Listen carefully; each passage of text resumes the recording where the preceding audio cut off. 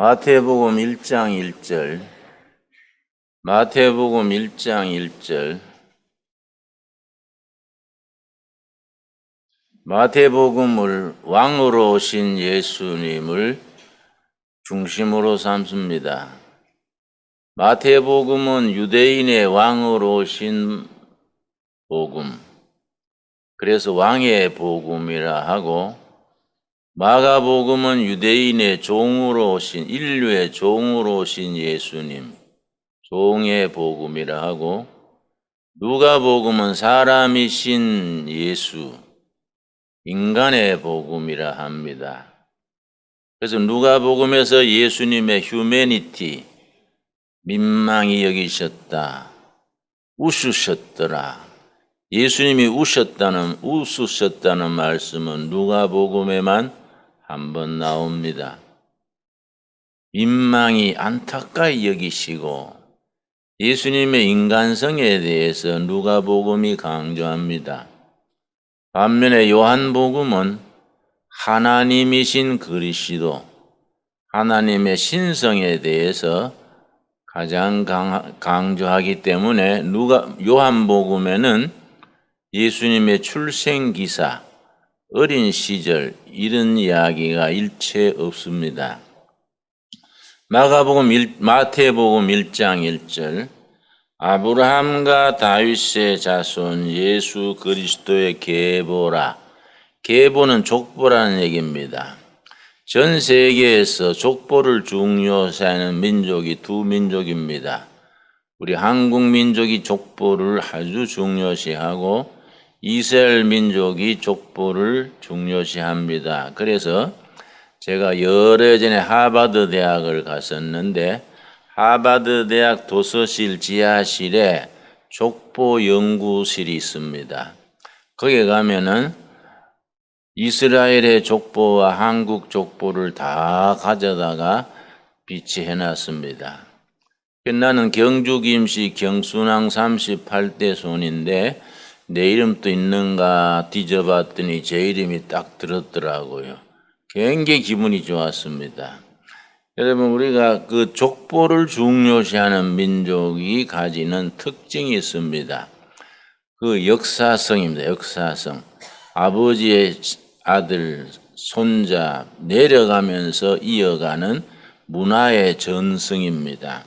자, 아브라함은 믿음의 조상이고 다윗은 다윗 왕가의 조상입니다.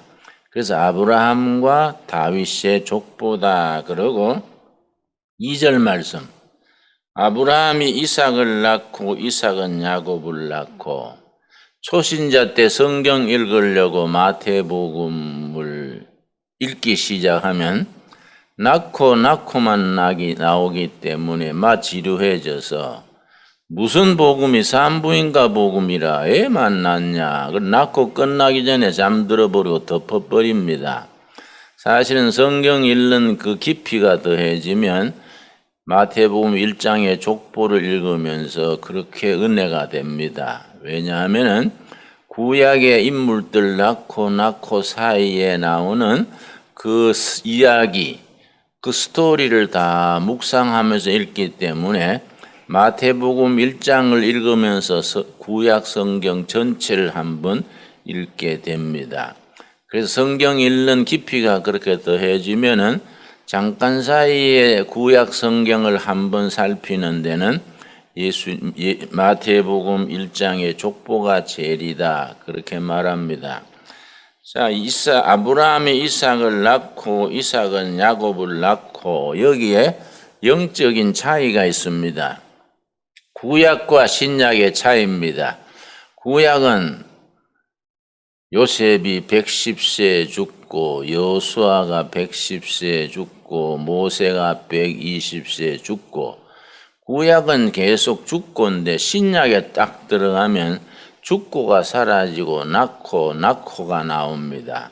생명의 이야기입니다. 구약은 심판의 이야기, 신약은 생명의 이야기. 벌써 차원이 달라집니다. 구약에서는 죽고 신약은 낳고 생명의 역사입니다. 그래서 아브라함은 이삭을 낳고 이삭은 야곱을 낳고 이 자체가 신앙의 역사적인 전승, 아버지의 신앙이 아들에게, 어머니의 신앙이 딸에게 대를 이어가서 전승되는 신앙입니다. 그 역사를 중요시하는 역사성, 역사의식입니다. 기독교 신앙의 핵심 중에 하나가 역사의식입니다. 우리가 좋은 신앙이라면은 바람직한 신앙, 좋은 교회는 세 가지를 갖추었을 때의 좋은 신앙입니다. 첫째는 예수님과 나와의 인격적 만남의 관계, 복음적 신앙입니다. 복음적 신앙. 영어로 표현할 때는 이반제리칼 그러는데 한국 교회에 저력이 있습니다. 한국 교회가 이러니 저러니 말도 많고 요즘은 주춤하지만은 한국 교회의 아름다운 전통이 복음적 전통이 강합니다. 이반제리칼 전통이 강해서 한국 교회 교인들이 세계에서 가장 체험이 많고 가장 교회 중심이고 가장 성경 중심입니다. 이런 점이 한국 교회의 자랑이고 앞으로 그런 전통을 잘 살려나가면은 21세기 이후의 세계 복음화에 가장 앞장서서 쓰임받게 될 것이고 역사를 살펴보면은 선교사를 많이 보낸 나라는 하나님께서 그 교회와 그 민족을 반드시 축복하셨습니다. 어느 나라든지 그 나라가 국력이 최고로 높을 때 선교를 많이 했습니다. 지금 한국의 선교사는 2만 3천 명을 넘어섭니다. 2만 3천 명의 선교사는 세계 선교사 숫자로는 3등입니다. 숫자로는 3등이지만은 인구 비례로는 우리가 1등입니다. 우리가 선교사를 어려운 중에서도 많이 보내기 때문에 하나님께서 그걸 기특하게 보시고 우리 민족을 자유민주주의로 통일되게 하시고 통일 한국 시대에 세계로 뻗어나가는 민족으로 세워주실 줄로 믿습니다. 그런 믿음을 가져야 돼요. 요즘 자꾸 이렇게 정부가 자꾸 북한하고 지나치게 내왕을 하고 군대 여러 가지 무장 해제를 하고 그런 점이 있습니다. 내가 전방에 한번 가다 보니까 탱크가 내려오면 막는 그거 있습니다. 북한의 탱크가 내려오면 폭파시켜서 주저앉게 하는 그 시설이 있습니다. 그걸 철거를 하더라고요. 그 참 이상한 일이다. 뭐이 급해서 탱크 막는 것을 철거를 할까? 그거 참 신기한 일이지요. 그런 쓸데없는 짓 하지요. 그래서 걱정들을 합니다. 이러다가 공산화 되는 게 아닌가. 그러나 전혀 그런 걱정할 필요 없습니다. 하나님께서 이 나라를 사랑하시고 인도하시기 때문에 오히려 전하위복으로 우리 대한민국 헌법으로 통일이 돼가지고 통일 한국 세대의 세계 우뚝 선 나라로 앞으로 나아가게 될 줄로 믿습니다.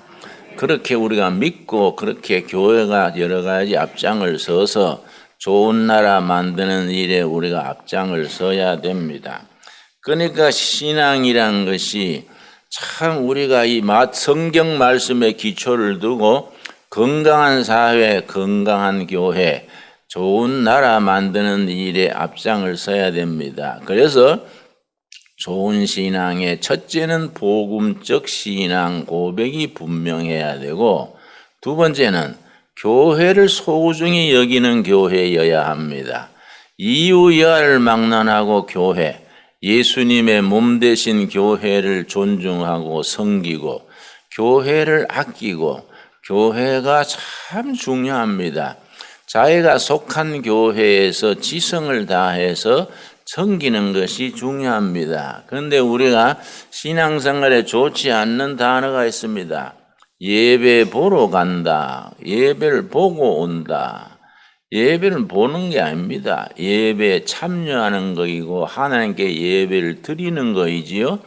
목사와 장로님들이 예배를 인도하고 교인들은 와서 예배 보고 값버리는 것처럼 생각하면은 그게 진정한 예배가 될 수가 없습니다. 예배의 진정한 의미는 참여입니다. 참여. 그 예배 하나님 앞에서 우리가 예배에 참여해서 예배가 축제가 돼야 됩니다. 그래서 요한복음에는 7가지 이적이 나오는데 7가지 이적 중에 첫 번째 이적이 가나 혼인잔치에서 물이 포도주로 변한 이적이 첫 번째 이적입니다. 그래서 성경학자들은 해석을 합니다. 왜 7가지 이적 중에 혼인잔치 이적이 맨 먼저 나왔을까? 교회는 결혼식장이다. 결혼식은 혼례를 올리는 결혼식 하는 곳이지 장례식장이 아니다. 교회는 결혼식의 분위기를 항상 띠고 축제가 있어야 한다. 그렇게 해석을 합니다. 자, 마태복음 1장에서 나오는 족보 중에서 특이한 사항이 있습니다. 우리 경주 김씨 족보나 다른 나라 족보에 전혀 없는 상상하지 못하는 족보 내용이 있습니다. 여인이 4명이 나옵니다. 4명의 여자가 다 하자가 있는 여인입니다. 마리아 외에는 다 흠이 있는 여자입니다. 이방 여자거나 무슨 흠집이 있는 여자인데 우리 경주 김씨 족보 같으면 그런 여자는 다 빼버립니다. 읽어보면 누구는 영의정했고 누구는 좌의정했고 이런 얘기만 나오지 그 자기 가문에 허물이 되는 얘기는 절대로 안 씁니다. 근데 예수님의 족보에는 그런 어떻게 보면 부끄러운 이야기 같은 걸 다 기록해 놓습니다. 이 점이 굉장히 중요합니다. 우리가 성경을 이해하는 데 있어서 이런 점을 주의 깊게 살피고 우리 생활에서 위로를 받아야 됩니다. 먼저 3절 유다는 다말에게서 베레스와 세라를 낳고 다말이 유다의 아내입니까? 아시는 분 계십니까?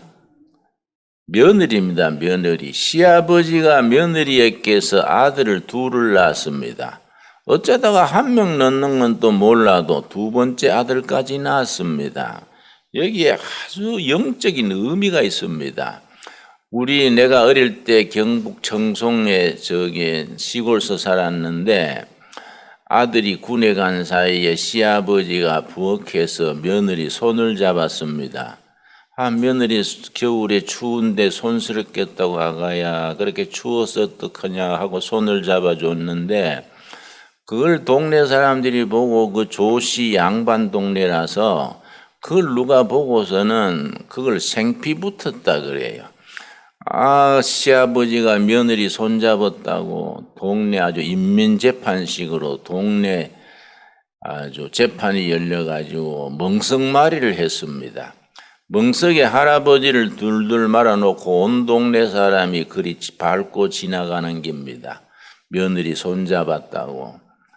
그러고서는 그 집을 동네에서 쫓아내고 그 사람들의 우물을 돌로 다 막아버렸습니다. 거기에 비하면 이건 택도 없는 소리지요. 어떻게 시아버지 유다가 며느리에게서 아들을 2을 낳습니까? 이거는 인간의 윤리와 모든 도덕을 넘어서는 생명의 이야기가 있습니다. 그 아브라함 다윗으로부터 내려오는 그 정통 속에서 훗날 메시아 그리스도가 태어나게 됩니다. 그리스도가 태어나는 그 생명 역사를 가장 우선시 두는 겁니다. 다른 인간의 무슨 윤리나 도덕을 넘어선 생명을 이어가는 그 역사가 가장 우선순위 1번이기 때문에 이렇게 유다의 아들이 비명행사 아들을 낳기 전에 죽었습니다. 그래 혼자 있는 며느리가 아기를 낳을 길이 없으니까 다른 가문의 사람을 들일 수는 없고 시아버지가 그 원칙을 따라서 며느리와 그렇게 관계를 해서 아들을 낳게 됩니다. 그 다음 3절 말씀. 살몬은 라합에게서 보아스를 낳고, 라합은 어떤 여인입니까? 저기 이방 여인입니다. 라합이 말하자면 요즘 말하면 물장사라 그러지요. 어느 성이지요? 이스라엘 가나안 진공할 때 첫 성을 공격할 때에 거기에서 여간집 주인이라 할까요? 술집 주인이라 할까요? 거기에 이스라엘 정보원 정탐꾼 2명을 숨겨줬습니다.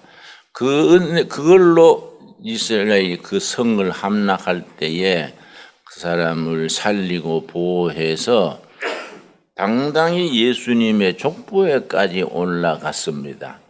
우리 같으면 그런 이방 여인은 그런 출신도 조금 분명치 않는 여인을 빼버릴 낀데 성경은 당당히 넣어 놓습니다. 그 다음에 6절 말씀. 이새는 다윗 왕을 낳으니라. 다윗은 우리아의 아내에게서 솔로몬을 낳고 우리아의 아내 자기 남편을 다윗 왕이 죽게 하고 그 아내를 뺏어서 그렇게 솔로몬을 낳았던 우리아의 이야기입니다. 그 중에 또 5절입니다. 살몬은 라합에게서 보아스를 낳고 보아스는 루세께서 오벳을 낳고 오벳은 이새를 낳고 이새는 다윗 왕의 아버지지요. 그 다윗 왕의 아버지의 할머니가 룻입니다. 룻이 정상적인 이스라엘 여인이 아니지요. 모압 여인입니다. 이방 여인이지요. 이스라엘 전통에서는 이방 여인과 결혼하는 걸 금하고 있는데 예수님의 족보에 모압 여인을 할머니로 모시는 겁니다. 이런 걸 뭘 말해주냐? 성경은 인간의 약점과 허물과 인간의 실수를 있는 그대로 받아들이는 겁니다. 모범적인 이야기만 쓰는 게 아니고 사람이 살아가면서 어쩌지 못해서 실수하는 거, 어떻게 약해서 실수하는 거, 이런저런 사연으로 인간이 범하는 과오와 실수와 허물에 대해서 있는 그대로 받아들이는 것이 성경입니다. 나는 성경 읽으면서 이런 부분이 굉장히 위로가 돼요. 한평생 살다 보면 실수도 하고 허물도 하고 범하고 부끄러운 일이 많지 않습니까? 성경 그걸 그 있는 모습 그대로 받아들입니다. 그래서 잘난 것만 쓰고 아름다운 것만 쓰는 게 아니라 보기 안 좋은 것도 실수한 것도 허물도 어쩌지 못해 빗나간 것도 다 있는 그대로 하나님은 인정하시고 그런 역사를 통해서 메시아가 태어납니다. 그래서 우리가 하나님 앞에서 다 비추어 볼 때 다 부끄러운 점 있고 다 하자가 있고 다 허물이 있지 않습니까? 그걸 가리우려고 되는 게 아니고 하나님 앞에 있는 모습 그대로 가지고 나와서 인정받고 용서받고 하나님에게 받아주시는 거기에 감사할 수 있게 되기를 바랍니다. 자, 17절 말씀. 마태복음 1장 17절. 그런즉 모든 대수가 아브라함부터 다윗까지 14대요. 다윗부터 바벨론으로 잡혀갈 때까지 14대요. 바벨론으로 사로잡혀간 후부터 그리스도까지 14대라. 그럼 합치면 몇 대입니까?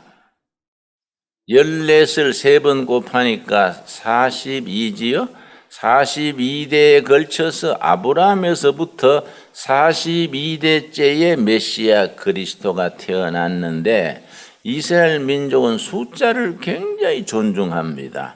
숫자의 영적 의미를 담습니다. 그래서 3은 완전수, 하늘의 수입니다. 성부, 성자, 성령, 하늘의 수고 사는 땅의 수, 땅의 완전수입니다. 동서남북. 그래서 하늘의 수 3과 땅의 수 4를 합치면 7이지요. 7이 하나님의 숫자 완전수입니다. 그래서 7 천사, 7 교회, 7 나팔. 그런데 7에서 하나 빠지면 6이지요. 6은 사탄의 수입니다. 그래서 요한계시록에 사탄의 두목을 666이라 그러죠. 666. 666은 사탄의 수입니다. 그러니까 완전수에서 하나 빠지는 6이 사탄의 수, 적 그리스도를 상징하고 7은 하나님을 상징하고 하늘의 수 3과 땅의 수 4를 곱하면 12입니다. 3, 4, 10이지요. 그거는 이제 12제자, 12문, 12지파 이렇게 나갑니다. 그래서 숫자를 굉장히 중요시합니다. 그런데 예수님이 아브라함 때부터 14, 다윗까지 14대, 다윗에서 바벨론에 끌려갈 때까지 587년입니다. 바벨론에 포로 끌려갈 때까지 14대, 바벨론에서 돌아와가지고 그리스도가 태어나까지 14대, 42대를 거쳐서 메시아가 태어났는데 민수기 33장 5절을 한번 찾아보겠습니다. 이스라엘 백성들이 6월절을 지나고 애굽 땅을 떠나가지고 가나안에 들어올 때까지 진친 곳이 딱 42곳에 진을 쳤습니다. 민수기 33장, 구약성경 민수기 33장에 보면은 이스라엘 백성들이 광야 40년 동안에 진쳤던 곳이 딱 42곳입니다. 42번째 가나안 땅으로 진입을 했습니다. 자, 민수기 33장입니다. 33장 5절 말씀. 5절. 이스라엘 자손이 람셋을 떠나, 람셋에서 강제노동하던 왕의 피라미드를 짓고 왕궁을 짓던 자리가 람셋입니다. 람셋을 떠나 숫곳에 진을 치고 맨 처음 진친 곳이 숫곳입니다. 숫곳이란 말이 임시 거처 그런 뜻입니다. 천막, 임시 거처, 숫곳에 진을 치고 6절 숫곳을 떠나 광야 끝 어디에 진쳤습니까? 에담에 진을 치고 이렇게 해서 진친 곳이 계속 나와서 49절 말씀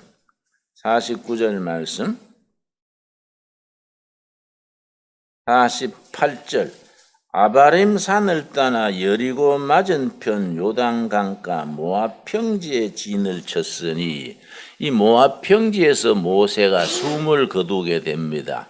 모세가 숨을 거둔 뒤에 한 달 뒤에 모압에서 떠나서 요단강 건너서 42번째 가나안 땅으로 들어갑니다. 49절 요단강가 모압 평지의 진영이 베디어시못에서부터 아벨시딤까지 이르렀더라. 거기서 드디어 가나안 땅에 진입을 했습니다. 이 숫자가 딱 들어맞게 42곳에 진을 치고 가나안 땅에 들어갔습니다. 그래서 이 성경이 우연히 이렇게 쓰여진 게 아니라 다 숫자 자체가 영적 의미를 가지게 됩니다. 자, 마태복음 2장에 들어오겠습니다. 마태복음 2장. 이 성경을 읽으실 때에 이런 부분의 의미를 부여해서 좀 더 영적인 안목을 가지고 깊이 읽어야 됩니다. 마태복음을 나중 쓰여졌는데 복음서에서 맨 먼저 쓰여진 복음은 마가복음입니다. 나중에 마태복음이 쓰여졌는데 왜 첫 번째 배치했느냐? 마태복음은 유대인의 왕으로 오신 예수님을 조명을 하고 구약의 인용이 마태복음에 29번이나 나옵니다. 그리고 마태복음에서는 구약 선지자들의 예언을 이루려 하심이었더라. 이 불어 13번이나 나옵니다. 그래서 마태복음은 구약과 신약을 연결시켜주는 다리 역할을 합니다. 그래서 구약이 말라기 끝나고 400년간 침묵 기간이 있습니다. 말라기가 끝난 지 400년 후에 예수님이 세례 요한의 역사부터 예수님이 등장하는데 거기 연결시켜주는 다리가 마태복음이어서 마태복음을 첫 자리에 내놨습니다. 자, 2장 1절. 헤롯 왕 때에 예수께서 유다 베들레헴에 나심에 동방으로부터 박사들이 예루살렘에 이르러 말하되 유대인의 왕으로 나신 이가 어디 계시냐. 그 예수님을 왕으로 오신 예수님, 유대인의 왕으로 오신 예수님. 그 동방 박사들이 베들레헴에서 어린 예수를 아기 예수 앞에 경배하고 예물을 드렸습니다. 11절입니다. 2장 11절. 집에 들어가 아기와 그의 어머니 마리아가 함께 있는 것을 보고 엎드려 아기께 경배하고 보배 합을 열어 황금과 유향과 모략을 예물로 드리니라. 예물을 3가지를 드렸는데 동방 박사들이 예수님께 드린 예물이 가지는 영적 의미가 있습니다.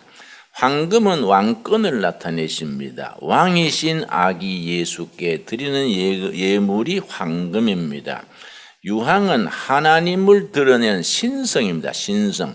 유향은 신성, 하나님이신 아기 예수께 드리는 예물입니다. 모략은 구약시대의 치료제로 쓰였습니다.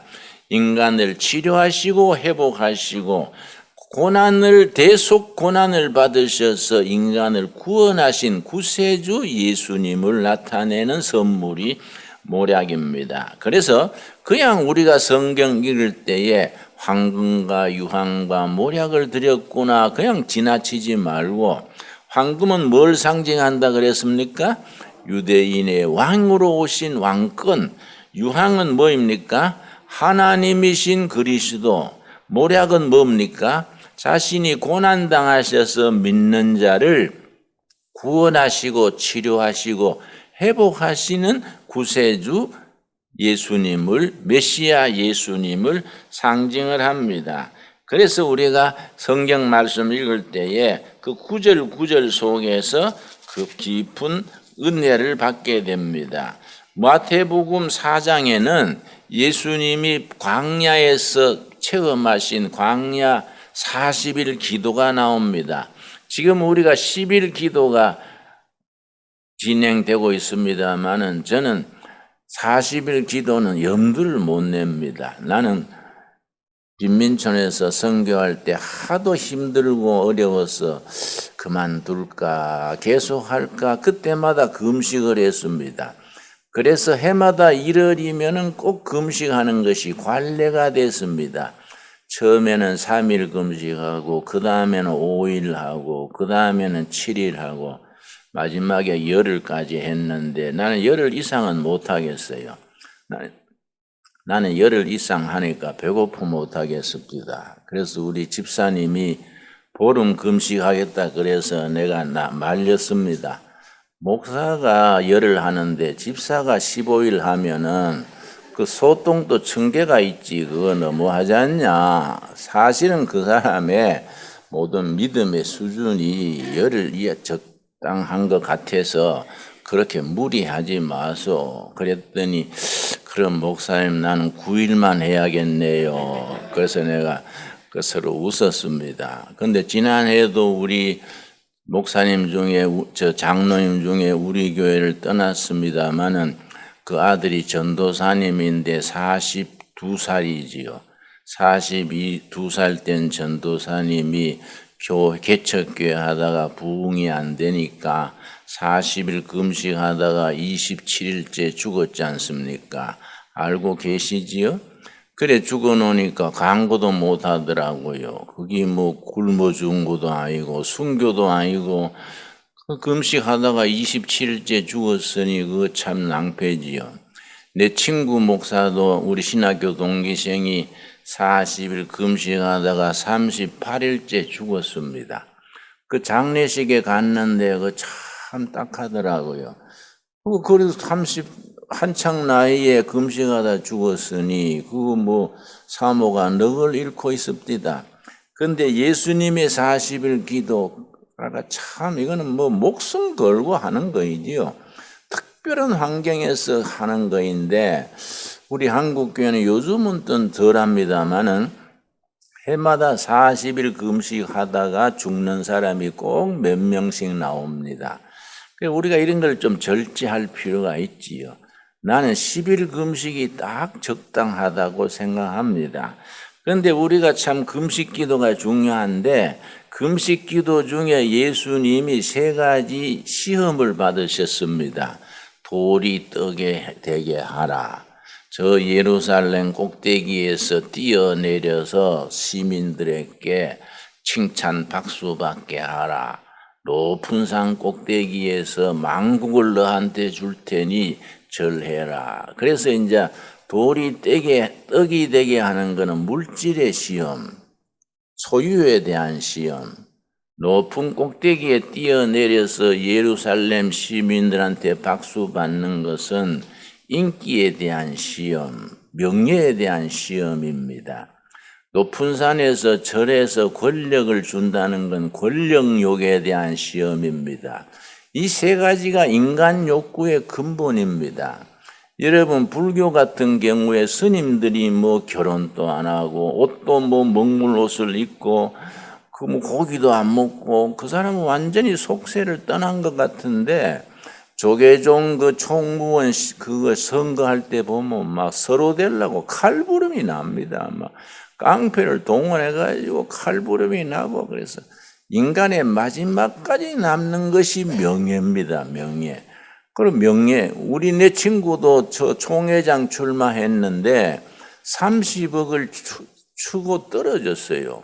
그렇게 내가 목사가 뭐 해서 30억을 모아가지고 총회장에 나갈까? 총회장 기권해 1년 하는 긴데 그걸 왜 그런 짓을 할까? 인간이 마지막까지 남는 게 명예와 권력입니다. 권력에 대한 욕구, 명예에 대한 욕구, 물질에 대한 욕구 이런 것을 벗어나게 하는 시험이 예수님 사도행전 4장에 나오는 시험입니다. 우리가 뭐 하필 금식을 하지 않더라도 신앙생활에서 물질에 대한 욕심, 명예에 대한 욕심, 그러고 권력에 대한 욕심 이런 데서 성령님의 도우심으로 벗어날 수 있는 하나님의 사람들이 되어질 수 있게 되기를 바랍니다. 그래서 예수님이 첫 번째 시험하실 때 3가지 시험을 다 신명기 말씀으로 막았는데요. 셋 다 신명기 말씀으로 물리쳤습니다. 돌이 떡이 되게 하라 할 때 사람이 떡으로만 살 것이 아니요 하나님의 입으로 나오는 말씀으로 살 것이다. 신명기 8장 4절의 말씀입니다. 그 3가지가 신명기 말씀을 막았기 때문에 신명기를 뭐라 하느냐 하면은 시험을 이기게 하는 책. 신명기의 별명이 시험을 이기게 하는 책입니다. 예수님은 신명기를 달달 외신 거예요. 사탄의 시험 받으면서 뭐 신명기 책 들춰보고 했겠습니까? 시험할 때마다 신명기 말씀으로 탁탁 막았기 때문에 신명기를 시험을 이기게 하는 책, 그런 별명이 붙어 있습니다. 우리 말씀이 항상 우리 말씀 속에, 신명 속에 녹아들어 있어서 어떤 경우에도 그때그때 합당한 말씀으로 유혹을 이기고 시험을 이기고 시련에서 말씀으로 극복할 수 있는 말씀의 사람들이 될 수 있기를 바랍니다. 기도하겠습니다. 주님 은혜를 감사드립니다. 이 새벽에 저희들 주님 전에 나와서 하나님의 말씀을 묵상하며 찬양하며 기도드립니다. 이 새벽에 우리의 기도가 하늘 보호자에 상달되어 하나님 보호자를 움직이게 하여 주시옵시고 우리의 기도가 응답되어 하나님께 영광 돌리게 하여 주시옵소서. 심령 가정마다 주님께서 살피셔서 귀중한 역사가 있어서 영광 돌리게 하옵소서. 우리 성도들 중에 환우들이 있습니다. 성령 예수님이 피 묻은 손길로 안수하셔서 회복시켜 주시옵시고 베데스다 연못가에서 38년 된 병자에게 그대가 낫기를 원하느냐가 너가 낫기를 원하느냐 물으신 예수님, 예, 내가 낫기를 원합니다마는 도와주는 사람이 없습니다. 말했을 때에 일어나 걸어가라 하신 예수님, 오늘 우리 교회 성도들에게 너가 낫기를 원하느냐 일어나 걸어가라 생명의 말씀 회복과 치유의 말씀을 바라여 주시옵소서. 이날 하루도 성령님이 은혜의 구름 기둥으로 성령의 불 기둥으로 인도하시옵소서. 예수님 이름 받들어 기도드렸사옵나이다. 아멘. 하늘에 계신 우리 아버지여, 이름이 거룩히 여김을 받으시오며 나라 임하옵시며 뜻이 하늘에서 이룬 것 같이 땅에서도 이루어지이다. 오늘날 우리에게 일용할 양식을 주옵시고 우리가 우리에게 죄 지은 자를 사하여 준 것 같이 우리 죄를 사하여 주옵시고 우리를 시험에 들지 말게 하옵시며 다만 악에서 구하옵소서. 나라와 권세와 영광이 아버지께 영원히 싸움나이다. 아멘.